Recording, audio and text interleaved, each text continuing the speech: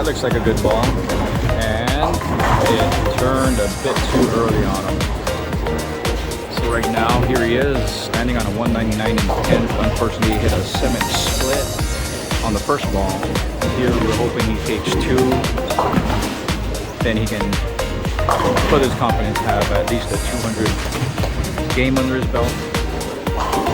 And then move to the last pattern, which is the short. Good job. All right, wrap it up.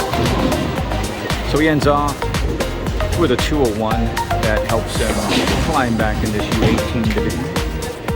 All right, here he is in frame number 3 on lane 22 on the short pattern 35. Should be going up the side and into the pocket like not that.